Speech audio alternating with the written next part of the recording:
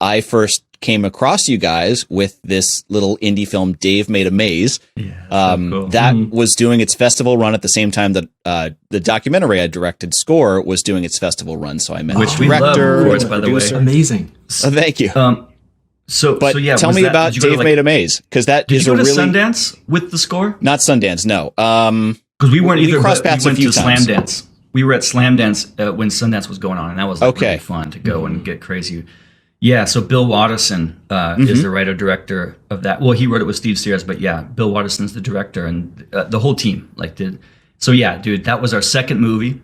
Yeah, Okay. Remember it very well, and a crazy one, because there's so much like stop motion stuff, and like it required a big, the whole thing is made out of this, the whole thing is this maze that happens out of cardboard boxes and like a zany kind of adventure that happens.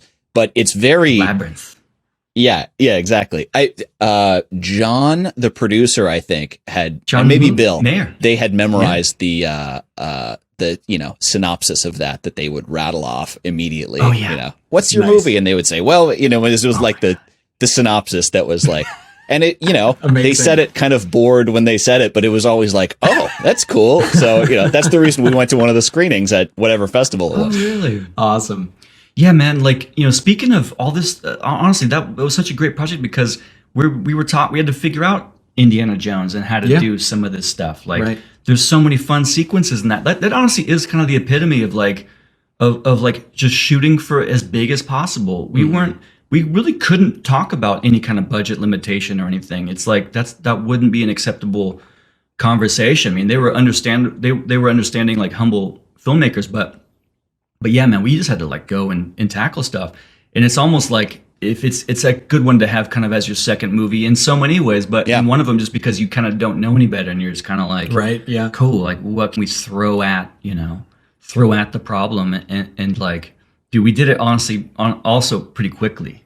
Like that was like, because we were kind of going at a certain pace, and then it gets into Slamdance, and then we're going in a month, and then it got really, hot and heavy, like really quickly. Yeah. And that's part of the thing too. But man, what a super cool movie, and like those kinds of things we're so lucky to be able to do. Like, because compare that with something really cool, but a more pared down like indie movie or something like a one scope. location kind of intimate, story. Yeah.